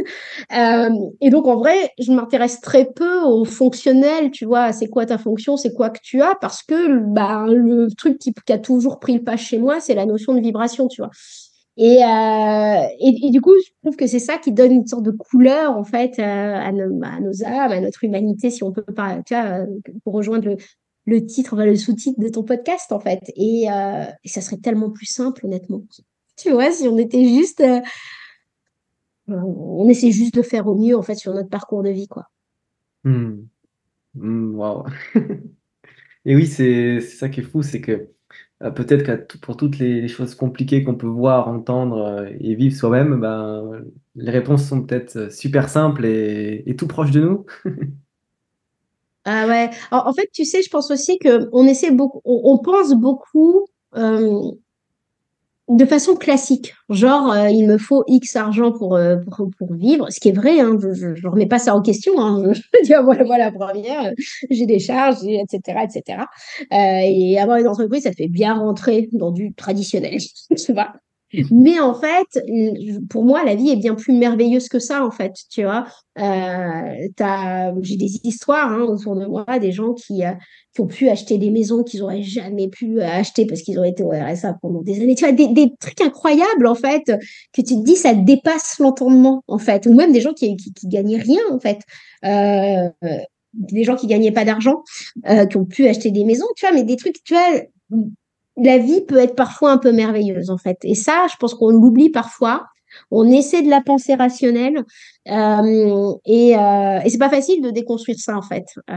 Moi, je crois beaucoup, et je pense que ça m'a fait péter un plomb de tout. Enfin, ça, je dirais pas péter un plomb, mais le fait d'avoir travaillé d'avoir étudié la chimie quantique et la physique quantique quand j'étais plus jeune, en fait, pour moi, en fait, tout est, tu vois, dans ma vision des choses, et ce n'est que la mienne, hein, j'ai l'impression que tout est possibilité, tu vois, tout est statistique, que tout coexiste, en fait, et que du coup, bah, là où on va poser le regard, on va lui donner de l'énergie, et du coup, ça va exister. C'est pour ça que je veux pas qu'on se laisse aller à une société où on imagine sans arrêt le pire, où on ne voit que le pire, en fait. Parce que si tout le monde n'est capable que d'envisager la guerre, il y aura la guerre. Mais si les gens sont capables d'envisager autre chose, il y aura en fait autre chose. En fait, on crée la société telle que voilà, telle qu'on l'imagine. Et il faut oser imaginer parce qu'en fait, au pire, en fait, en disant au pire, si j'ai pas passé des heures et des heures à réfléchir à la fin du monde, bah j'aurais gagné des heures et des heures à contempler une fleur, mais ça sera tant mieux quoi en fait. Donc c'est ça aussi, de toujours, c'est pour ça tout à l'heure je disais se recentrer sur ce qu'on voit en fait autour de nous. Et si on est entouré de gens toxiques, rencontrons d'autres personnes. Il y a des personnes, en fait, plus on va être aligné avec soi-même, plus on va attirer à soi des personnes qui sont comme nous en fait. Et voilà, tout à l'heure je parlais de mon exemple en allant à Barcelone où tout d'un coup je me suis mise à rencontrer des gens perchés que je connaissais pas du tout à Paris, bah, c'est tout simplement, c'est pas qu'il n'y en avait pas à Paris, hein, je les ai tous rencontrés après, bah, c'est que bah, j'étais dans mon système rationnel et je croyais même pas que j'allais pouvoir rencontrer des gens un peu plus, tu vois, un peu plus émerveillés de la vie. Et pourtant très rationnel, hein, je veux dire, les premières personnes qui ont soutenu l'optimisme, c'était un mec qui était numéro, je sais pas combien, 5-6 d'une grosse boîte industrielle. Tu vois, c'était des gens qui avaient bah, un métier traditionnel, mais qui était autre chose en parallèle de leur métier. Aujourd'hui, on cantonne les gens à qu'est-ce que tu fais dans la vie. Mais enfin, l'important, c'est qui tu es, tu vois, qu'est-ce que tu rayonnes, et que tu sois en recherche d'emploi, que tu sois maman au foyer, que tu sois à la tête d'une grande boîte. Pour moi, ça va être la même chose dans l'humain que je rencontre, en fait. Hmm. Et justement, par rapport à ouais, cette façon d'être, cette créativité et tous ces petits miracles que tu as pu voir se mettre en place, est-ce que il y a un peu une recette de ce que tu as observé pour les générer, ces petits miracles que tu as vus autour de toi et ceux que tu as vécu, en fait? Est-ce que Euh, il y a quelque Alors chose si, qui je ressort? pense qu'il y en a une. Je sais pas si, évidemment, elle n'est pas du tout scientifiquement prouvée, hein, des machins. Par contre, je me suis rendu compte, en fait, qu'il vraiment, c'est un peu, quand tu veux quelque chose, en fait. Alors déjà, je crois pas qu'il faut vouloir quelque chose à tout prix. C'est-à-dire que, parce que je pense qu'on peut l'avoir. C'est-à-dire que si tu rêves d'avoir un mec blond aux yeux bleus qui fait de la moto, je pense que tu peux avoir le mec blond aux yeux bleus qui fait de la moto. C'est pas le problème. Mais en fait, peut-être que ce qui te convient mieux, c'est un mec brun qui fasse pas de moto et qui soit juste sympa. Tu vois? Tu vois ce que je veux dire? Donc pour moi, faut déjà enlever ce déterminisme en fait de ce dont on a envie et pour générer les miracles en fait pour moi il faut être dans la joie et c'est tout le paradoxe en fait et toute la complexité de la chose. Par exemple, je te parlais du groupe de musique, mais ça va être la même chose. Je vais donner d'autres exemples un peu plus rationnels. Mais en fait, tu vois, ce groupe de musique que j'ai rencontré dans le Sud, j'étais partie dans le Sud à la base parce que je savais qu'ils étaient en studio. Je te dis, j'étais vraiment fan, hein. Et je vais au bout de mes actions, hein. L'avantage, un petit avantage du TDAH, c'est que tu es un peu impulsif et que tu fais les choses, quoi. Du coup, je savais qu'ils étaient en studio dans le sud de la France. J'étais allée dans les studios dans le sud de la France. Devant les studios, il y avait plein de fans devant. Donc, j'étais avec des copines. On est parti sur les routes en se disant, bon, bah, on va plutôt aller visiter. Ça sert à rien d'être devant des studios. Et on était trois en voiture. Et à chaque croisement, tu sais, à l'unanimité, on disait gauche-droite, gauche-droite, gauche-droite. En fait, on est arrivé à un petit village à peu près 40 bornes des studios. Je ne me demande pas pourquoi. Alors là, il y a des mystères, en fait. Et c'est ça aussi, un des messages. C'est oser aller explorer des trucs où vous avez l'impression que ça n'a aucun sens ce que vous êtes en train de faire. Il y avait des gens qui sortaient d'une église. Ce groupe de musique, il était fan de U2 eux-mêmes. U2, ils étaient très catho, je sais pas trop quoi à l'époque. Donc je sais pas pourquoi. On avait interprété le fait que ce groupe de musique, voilà, il était catho. Des gens sortaient d'une église dans un petit village. Ils me demandent pas pourquoi. On a demandé s'il y avait une autre église dans le coin. Ils nous ont dit ouais, vous montez la colline et comment ça s'appelle sur cette colline qui faisait ouais, je sais pas, ça faisait au moins peut-être 1 kilomètre. On était en Punto. On avait l'impression que la Punto allait même pas monter la colline. Pourquoi on y a été, on y a été, et j'ai rencontré mon groupe de musique là. Et donc, en fait, là-dedans, pour moi, une des recettes miracles, ça va être, tu fais des actions, mais tu n'attends pas de ton action le résultat, en fait. Parce que moi, j'avais fait une action quand même, en fait, hein. J'ai été quand même allée dans le sud de la France. J'ai monté l'optimisme, j'ai fait une action. Je donne un autre exemple. La dernière fois, on cherchait des lieux, alors c'était en 2018, je crois. 2019, parce qu'on faisait des conférences, on cherchait un lieu pour une conférence, putain, on trouvait pas, tu sais, on était vraiment dans le quartier, on était dans les Batignolles à Paris, dans les 7e, on trouvait pas. On avait vraiment envoyé plein de demandes en fait pour trouver un lieu. Et là, tout d'un coup, on avait une petite boutique à l'époque dans les Batignolles avec nos bureaux. Et quelqu'un rentre dans ses bureaux parce que voilà, une dame rentre. La dame, elle était chanteuse, elle était cantatrice. Et donc, cette nana, et on avait lâché prise entre temps parce qu'on s'était dit, ça marche pas en fait. Au lieu d'essayer d'aller chercher le lieu, il faut qu'on attire à nous le lieu en fait. Mais vraiment, mais une sorte de et tout ça dans une sorte de joie, de fluidité et d'amusement, en fait. Tu vois, c'est même pas quelque chose qu'on a intellectualisé en se disant ça va venir, en fait, hein. C'était juste, on s'amuse, en fait, à réfléchir comme ça. Et là, donc, tu as une nana qui est cantatrice qui rentre dans la boutique et qui nous dit ah, ouais, je suis cantatrice, il y a un petit théâtre à côté, il me prête la salle. Tu vois, et en fait, pour moi, la recette un peu miracle, c'est toujours la même chose. C'est que tu fais une action, en fait, mais le résultat, il t'arrive de façon différente. Et pareil, un jour, et je vais m'arrêter sur les exemples, mais j'organise un énorme événement et je voulais, comment ça s'appelle, comment dire, un fondateur d'une grosse start-up qui vienne à cet événement. On lui avait envoyé des messages et puis il est un peu comme moi, c'est un mec qui répond pas au téléphone, etc., etc. Et à un moment donné, avec une fille de mon équipe, hein, on avait dessiné en fait notre événement idéal, tu vois. Parce qu'il y avait deux, trois personnes qu'on voulait vraiment, on voulait comment ça s'appelle, le président d'une grosse boîte aussi et ce mec-là de la start-up. On fait ce dessin-là en se disant putain, ça sert à rien, il faut qu'on arrête de chercher. En fait, ça marche pas. Donc amusons-nous. On a fait ce dessin-là et c'est vachement difficile, tu sais, quand tu as envie de quelque chose, de t'arrêter de chercher ce quelque chose et de faire un truc complètement décalé parce que tu as tendance à toujours vouloir être dans la matière et être dans le faire. On s'amusait à faire ces dessins et j'ai encore les dessins aujourd'hui. Le lendemain, je déjeune avec un mec que j'avais rencontré sur les réseaux sociaux qui est influenceur. Et, euh, et me demande pas, je sais, pas pourquoi, tout d'un coup, il me dit, tu sais, Catherine, il y a un truc que j'ai jamais dit, bah, machin, machin, c'est mon frère. Donc, c'était l'entrepreneur que je cherchais à joindre depuis, tu vois, depuis une semaine, quoi. Et en parallèle, le même jour, j'ai une nana qui est une nana de notre réseau qui voit qu'on organise un événement, qui nous envoie un message en disant, bah, moi, je suis l'assistante du patron qu'on voulait avoir. Est-ce que vous voudriez qu'il vienne à votre événement? Donc en fait, tu vois, et tout ça, ça me fait dire, vraiment, je te garantis qu'on avait essayé, mais genre l'un et l'autre par X, tu vois, par des mails officiels, des machins, etc.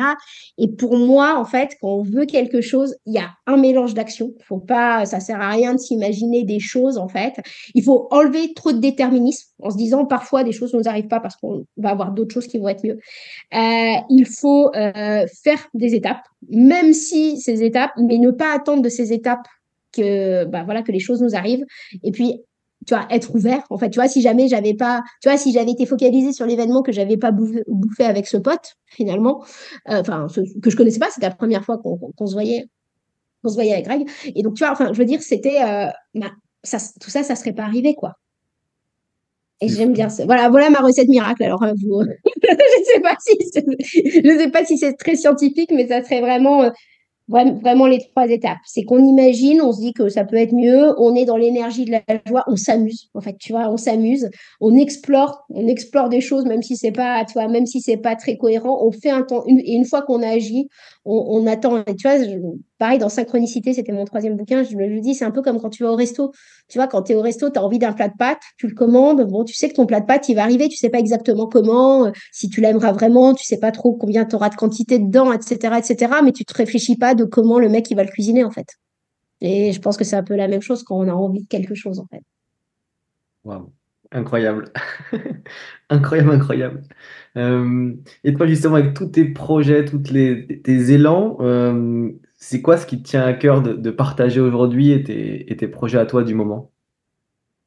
Alors, en fait, je me rends compte que, alors, sans faire d'ikigai, à l'époque, je connaissais pas l'ikigai, hein, en fait, je suis très, très alignée avec ce que je fais. En fait, tu vois, quand j'ai suivi l'intuition de lancer l'optimisme, alors que je venais vraiment d'un tout autre milieu, bah, l'intuition, elle était bonne. En fait, j'ai pas du tout travaillé ni dans la communication, j'ai pas été dans des cursus littéraires, j'ai vraiment fait des cursus scientifiques.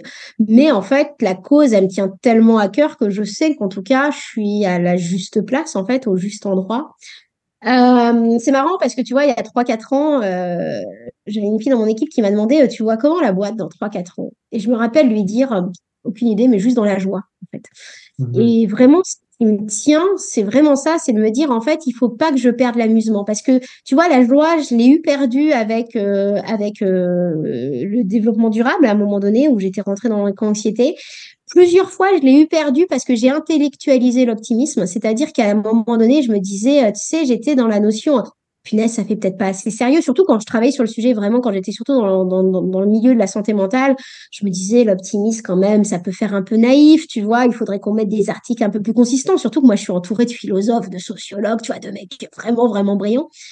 Et en fait, à un moment donné, tu vois, en fait, je me rendais compte que même sur mes propres médias, notamment sur l'optimisme.pro, j'étais beaucoup dans la critique, tu vois, dans la critique de trucs, parce que, bah, en fait, j'avais perdu une forme de joie, en fait, quelque part. Et du coup, c'est aussi ça qui est important de se dire, c'est qu'il y a aussi des périodes où tout d'un coup, on est plus critique envers la société, envers les sociétés, on s'agace de choses aussi. Et en fait, je suis revenue à la simplicité en me disant, punaise, mais moi, si ma seule petite chose que je fais, c'est d'apporter un peu de joie aux gens, punaise, c'est parfaitement OK. Ça sera ma petite contribution. Bah, d'autres feront un peu plus d'intellectualisme. C'est vrai que moi, à titre perso, tu vois, je consomme beaucoup, beaucoup de philosophie, beaucoup de trucs. Mais en vrai, bah, je sais que c'est pas mon message à transmettre. Tu vois, moi, j'ai envie d'être beaucoup plus dans la simplicité et d'au lieu de faire des grandes phrases tu sais, très souvent intelligentes. Et je le vois en conférence, tu vois, les gens, ils aiment bien citer des machins, etc. Moi, je cite Erwan, mon meilleur pote, qui un jour m'a dit, vraiment, je te le dis, hein, mon métier, c'est de faire des conférences en entreprise, hein. Je cite mon meilleur pote qui un jour est rentré dans la pièce, vivait une rupture, en fait. Et bon, je le partage aussi pour pour tous ceux qui écoutent. Je vivais une rupture et tu sais, on était un dimanche, il faisait vachement beau et j'étais comme on peut vivre, tu sais, j'avais l'impression d'avancer avec mon petit nuage noir sur la tête. Tu sais, ouais. Et Hmm. j'étais vraiment avachie sur le canapé. Mon coloc arrive dans la salle et il me dit, meuf, enfin, Catherine, tu peux pas laisser quelqu'un qui n'est pas dans la pièce dominer ton humeur du jour. C'est double peine pour toi. Donc voilà, Erwan, grand philosophe, que je cite dans toutes les boîtes, j'attends d'intervenir dans la sienne. Et en fait, je me dis, tu vois, cette phrase, elle est hyper intéressante parce que on laisse souvent les autres. Les autres, ça peut être les médias, ça peut être nos proches, ça peut être nos amis, envahir nos pensées, en fait. Et en fait, on leur donne de l'énergie à eux. Parce que moi, je me disais, quand il m'a dit ça, Erwan, je me suis dit, bah ouais, lui, il peut-être passe. Là, je suis en train d'être une larve, je sors pas dehors, il fait beau, alors que lui passe peut-être en plus une très bonne journée, tu vois. J'ai eu une sorte tu sais, de remonter en me disant, et en plus, je suis en train de lui donner mon énergie parce que je suis en train de penser à lui. Et donc, il y a vraiment cette notion de, comment dire, tu vois, de toujours se recentrer en se disant, qu'est-ce qui domine aussi mon cerveau à un instant T. Et c'est vrai que bah, parfois, la société, les contextes, en fait, les contextes de guerre qu'on peut vivre, moi, je me suis vue devoir intervenir sur l'optimisme au lendemain de l'annonce de la guerre, je crois que c'était en Ukraine. Enfin, tu vois, c'est pas facile hein, d'intervenir là-dessus. Et ben, en fait, je reroute toujours sur notre action, sur qu'est-ce qu'on peut faire à un instant T. Et donc, voilà, pour répondre à ta question après cette grosse digression, comment je vois l'optimisme? Je le vois de plus en plus joyeux, de plus en plus de revenir aussi bah, à l'essence de ce que je voulais faire, juste de repropager à travers des articles que c'est exactement ce que tu disais tout à l'heure, je sais plus si on le disait en préambule ou au début du podcast, tu vois, chacun prend ce qu'il a besoin de prendre, ce qui résonne avec ce qui résonne, il y a aucune, tu vois, il y a aucune injonction, il y a juste tout un tas de voilà, d'interviews, de sujets, de gens qui, tu vois, mon envie, c'est de mettre en avant le beau pour montrer qu'il existe aussi. C'est pas pour nier hein, qu'il y a des choses qui ne vont pas bien, mais c'est tout simplement bah, pour contrebalancer. Et, et pour le coup, il y a plein de gens, voilà, des gens que tu vois comme toi qui agissent, il y a plein de gens incroyables en fait qui agissent partout à leur échelle. Et plus on mettra ces gens en avant, plus on dira qu'un autre monde du travail est aussi possible, plus on dira que l'optimisme est quelque chose de possible, que ça se travaille aussi, que c'est pas que c'est voilà que c'est pas inné. Et bien, plus on construira peut-être une société un peu plus chouette. Hmm. Ben, merci beaucoup pour tous ces partages riches et inspirants et joyeux. On arrive à la fin du podcast. Je vais te poser la question rituelle. Si tu avais un dernier message à transmettre à l'humanité, comme une bouteille à la mer, quel serait ce message? Est-ce que j'ai le droit de citer Jean-Paul Gus? Alors moi, je dis souvent dans mon bouquin, dans cette premier, je dis souvent, tu sais, essayer au pire ça marche, mais je pourrais, ce qui est une réinterprétation de oublier, tu vois, sur un malentendu, ça peut marcher en fait. Donc, oser. Je pense que ça serait vraiment mon message. Oser, oser dans tout ce que vous êtes, en fait, dans tout ce que vous faites, et ne vous jugeront que les gens qui ne font rien. Parce que honnêtement, quand on a essayé de faire quelque chose, on sait que c'est difficile de faire un changement de vie. Voilà, si quelqu'un a envie de changer de vie, de changer ceci, on ne sera jamais jugé que par des gens qui n'ont pas traversé ça. Donc, osez, ne vous limitez pas. Hmm. Ben, merci beaucoup. Écoute, j'ai une dernière question qui me vient que j'ai oublié de te poser avant. Tu parlais tout à l'heure Dis-moi. de ton message à toi. Et comment est-ce qu'on trouve son message? Est-ce qu'on peut trouver son message pour chacun? Alors, pour moi, ça serait dans la solitude. C'est c'est bizarre à dire, mais en fait, en fait, je crois qu'au fond, on le sait, son message. À mon avis, il vibre au fond de chacun de nous. C'est juste qu'on a mis tellement de couches pour ne pas, tu sais, on s'est mis, bah non, c'est pas possible. Enfin, regardez Jean-Claude Van Damme, qui est devenu acteur hollywoodien en grandissant dans je ne sais pas où, en Belgique, tu vois, il y a toujours cru, en fait. Et en fait, je crois que notre message, on l'a toujours au fond de nous, qu'on lui a mis un paquet de couches, genre, moi, gamine, par exemple, je faisais j'avais créé le journal du lycée, du collège, de la primaire. Tu sais, je vendais, c'était encore à l'époque des francs, tu vois, je vendais 5 francs en primaire, mon journal.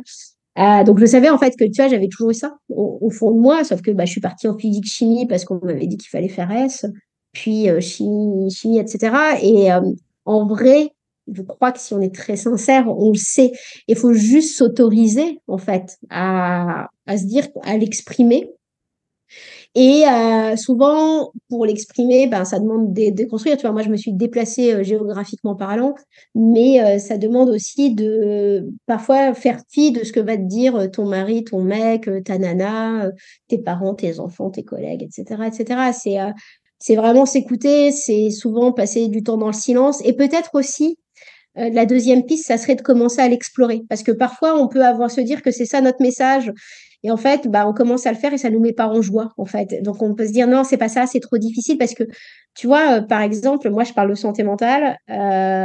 C'est un vrai sujet. Mais au démarrage, j'avais pas trouvé la façon de l'aborder. En fait, c'était très dans, oh là là, c'est difficile la santé mentale parce que j'étais entourée de gens pour qui c'était difficile, en fait. Alors que moi, ma façon d'être, c'est l'opposé, en fait. Donc, c'est toujours regarder est-ce que le message, est-ce que ce qu'on est en train de faire nous met en joie ou pas? Qu'est-ce qui nous met en joie?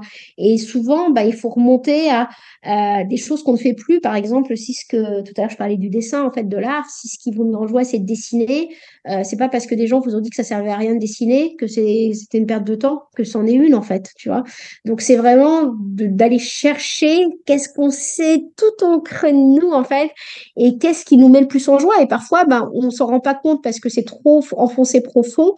Et c'est en explorant tu vois, différentes choses, en se disant, ah, je me rends compte quand même que par exemple, j'adore, c'est pas, je suis coach sportif dans le foot, je me rends compte que j'adore ça. Qu'est-ce que j'aime là-dedans, tu vois, pour aller chercher de plus en plus, bah, un peu notre supplément d'âme, tu vois, bah, là où on est vraiment, on aura un côté un peu bah, c'est comme ça, on le fait mieux que les autres. Et c'est pas pour être orgueilleux, c'est pas pour être prétentieux, c'est juste qu'on a eu un don et que c'est là où on doit, tu vois, où c'est là où on doit aller. Moi, j'ai pas eu le don de la comptabilité, par exemple. Tu vois, il y a des gens, il en faut des gens qui sachent faire un tableur Excel, tu vois. Et c'est pas moins bien et c'est pas mieux, en fait. Donc, c'est vraiment se dire, tu as des gens qui kiffent faire un tableur Excel. Et ben, dans ce cas-là, bah, si ça nous met en joie, derrière, comment est-ce qu'on le met à contribution d'un sujet peut-être plus tu vois, plus macro, et on peut itérer en étant investi dans des associations, tu vois, en essayant d'explorer, même si dans notre métier et dans notre vie traditionnelle, on n'est pas dessus, quoi. Hmm. Bah, merci beaucoup pour tous ces partages, c'est passionnant. Il y aurait tellement de choses, tellement d'autres questions, mais est-ce que tu aurais un tout petit dernier mot de la fin, du coup, pour clôturer? Oh ben, on est tous imparfaits. Prenez l'intégralité de cette interview en vous disant que c'est quelqu'un d'imparfait qui a parlé, hein. Voilà. Et en disant aussi, peut-être aussi, allez, peut-être le dernier mot, c'est que vous mettez pas la rate au courbouillon, parce que là, vous voyez, je vous parle beaucoup de voix, et parfois, ça peut nous heurter en nous disant, punaise, j'aimerais bien être comme ça, et pour le moment, c'est pas le cas. On traverse tous la vie. Là, je te parle comme ça parce que enfin voilà, beaucoup travaillé post-bouquin déjà, post-TDAH, etc. J'ai revu ma boîte. Je t'aurais pas parlé de la même façon il y a 3 ans parce que j'étais beaucoup plus dans le dur. Donc, c'est facile pour moi aujourd'hui de vous en parler comme ça. Mais moi aussi, j'ai traversé des moments de colère, des moments où je me suis dit, je les avais partagés sur les réseaux sociaux, oh, punaise, j'en ai marre, ça me saoule, voilà, enfin. Et donc, voilà, soyez aussi tranquille, vous ne mettez pas la rate au courbouillon. Si pour le moment, vous n'en êtes pas là, c'est vraiment un pas après l'autre. Et puis je vais citer cette chanson, je crois que c'est une chanteuse qui s'appelle Rose, qui dit, et puis un jour, on ne sait pas trop pourquoi, on ne sait pas comment, mais ça va, en fait. Tiens. Et donc, un petit pas après l'autre, et, et entourez-vous et rappelez-vous de la notion de simplicité. On essaie juste de faire au mieux à un moment donné de notre vie, quoi. Hmm. Ben, merci beaucoup, Catherine. Vous trouverez en lien de la description du podcast donc les réseaux de Catherine, ses différentes activités, ses livres, tout en description. Vous y trouverez également un lien pour soutenir l'association nutritive et soutenir les plantations de forêts comestibles avec les enfants. Encore un grand merci, Catherine. Et, Et ben, bravo aussi à ton association. Allez soutenir l'association. On a besoin. et à bientôt pour un prochain podcast. À très bientôt.